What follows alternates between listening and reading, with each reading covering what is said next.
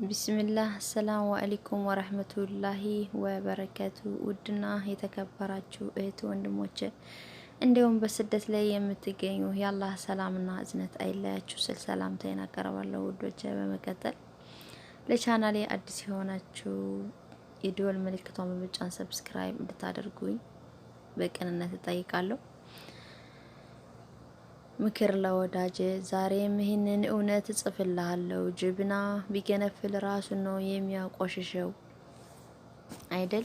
ህይወት ሁሌም ብታማረራት ተበሳጭተህ ራስክን ከህይወት ገጽ ብትገነጥል ራስክን ነው የምትጎዳው። ወዳጅ ሆይ ነገሮችን አመዛዝን። የምትሰማውን ለማመን አትቸኩል፣ ምክንያቱም ውሸት ከእውነት ፈጥኖ ይሰራጫልና። ወዳጅ ሆይ ያለ ምክንያት ሰውን አትጥላ፣ ምክንያቱም በዙሪያህ የሚወዱህን ሰዎች ታጣለህና። ስለማይመለከትህ ነገር አትጠይቅ፣ ያ ሰው መናገር ላይ ፈልግ ይችላልና።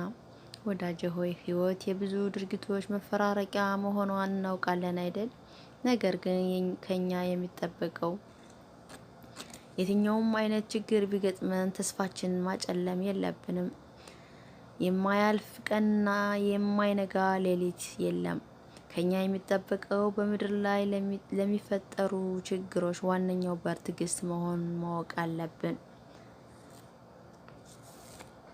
ስላዳመጣችሁኝ ከልብ አመሰግናለሁ ውዶቼ። ያው አዲስ ገቢ ነኝ።